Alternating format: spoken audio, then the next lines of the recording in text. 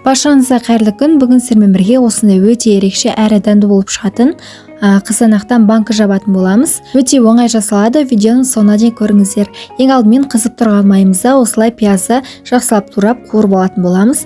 Одан соң үстіне майдалап теркіден өткізілген сәбізімізді салып, оны да жақсылап қуырамыз. Бұл болгарскийдің ішіне салатын салмасы болады.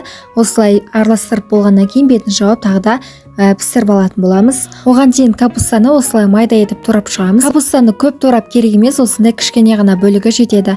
Одан соң осы салмамызды ашып, үстіне осы капустамызды салып тағы да араластырамыз. Біздің капуста мен сәбізіміз жақсылап солып пісуі керек. Одан соң бетін жауып 5-10 минутта пісіріп аламыз. Оған дейін біз қызанақты ет артқыштан өткізіп, бір рет осылай қайнатып аламыз.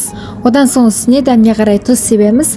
Одан кейін салмасына біз осылай чеснокты және кемелдерін жақсылап турап шығамыз. Мен осылай кемелдердің жартысын турадым және укроп петрушканы осылай майдалап турап шықтым. Одан соң салмамызға осы чесноктың жартысын және дәміне қарай тұз сеуіп, жақсылап араластырдым. Осымен біздің салмамыз дайын болды.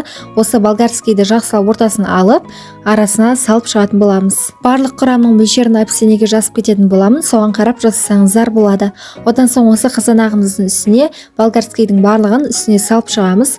Одан соң осы аскөкті, кемелдер мен чеснокты да салдым. Одан соң дәміне қарай лавр жапырағын да салып жердім. Осымен біздің салатымыз дайын болды.